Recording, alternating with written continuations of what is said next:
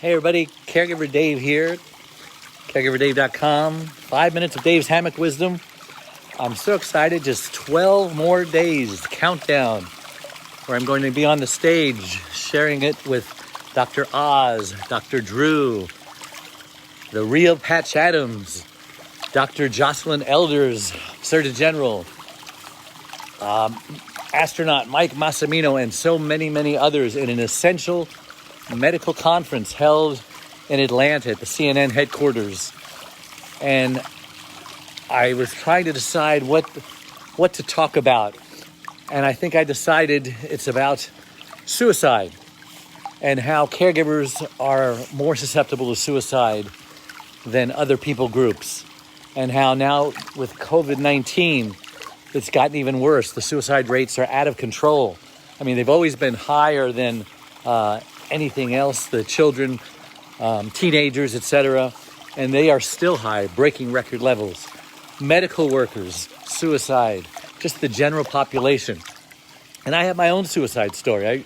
I don't usually tell this story because I didn't even think about it until last year or 1 or 2 years ago. I'd never told this story to anybody, but I finally started telling the story.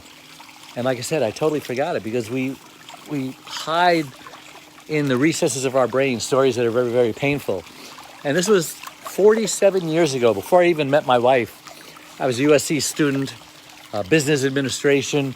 I had a lot of time on my hands when I wasn't in school studying. And I'm a sailor, so I had a catamaran. I would go sailing often.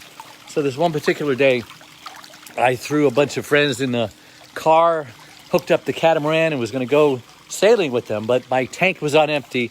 So I stopped at my father's gas station because I get free gas. And who is at the pump to greet me but my brand new stepbrother? Now I got to tell you why I have a brand new stepbrother at that time. Because my father, after 27 years of marriage, cheated on my mother and married a female attorney who happened to have a son my age. I went to school with him for 4 years in high school. And it was a very awkward situation for me, to say the least. So there he is at the pump greeting me. Hey, Dave, how you doing? I said, oh, hi, John. He says, where are you going today? I says, I'm going sailing. And at that instant, I heard a voice in my head, a still small voice. And you know what it said? It said, invite John to go sailing with you today. But instead, I heard come out of my mouth, yeah, you should go sailing with us next week when we go again. Yeah, sounds great. Well, we said our goodbyes, got our gas, went sailing, had a great time, came back that night, went home. I get a phone call from my dad. Hey, Dad, what's up? There was silence on the other end of the line until it was finally broken by these words. John killed himself last night. I said, no, I just saw him today. He was at the gas station. He was happy. We're going sailing next week. Oh, I felt so guilty. Every time there's another suicide in the news, Robin Williams, Kurt Cobain, Anthony Bourdain, Kate Spade, and now with COVID-19, all these suicides, I feel guilty that if I'd have only shared that still small voice with John, maybe he'd still be alive today. This is one of the reasons why I became Dave the Caregiver's Caregiver, to help caregivers stay alive. 30% of them die just from stress. And many more become sicker than the ones they care for, eventually needing a caregiver of their own. And that's only compounded now with more and more caregivers, especially with the elderly in nursing homes, getting COVID-19 and getting more depressed.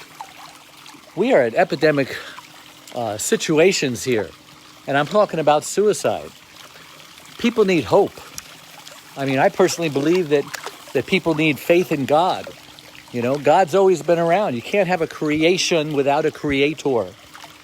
And that's why I go to Higher Vision Church, which I posted on my Facebook page, the service that we had. First we had to limit the attendance in the church to 50, and then we had to stop singing.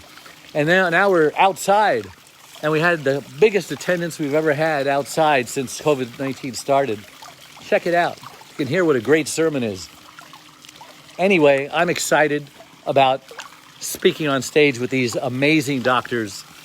And we must ask ourselves, and these doctors would certainly agree, If there is depression, we must ask the question, is suicide far behind? That's why I started my website, caregiverdave.com. And it's full of tools and resources and videos and blogs and you name it. Plus, you get 3 free gifts from me to help caregivers not only to survive, but to thrive as a caregiver. And as an extra bonus, for the month of August, I am giving a free introductory coaching session to any caregiver who asks for it. And that's just a deal you cannot turn down. It's very, very inexpensive to join, a one-time fee for the rest of your life. And if you are not a caregiver, please buy a caregiver you know a gift of my membership website, caregiverdave.com. You just might be saving their life. Heck, you might be saving your own life. Well, thank you very much. God bless you all.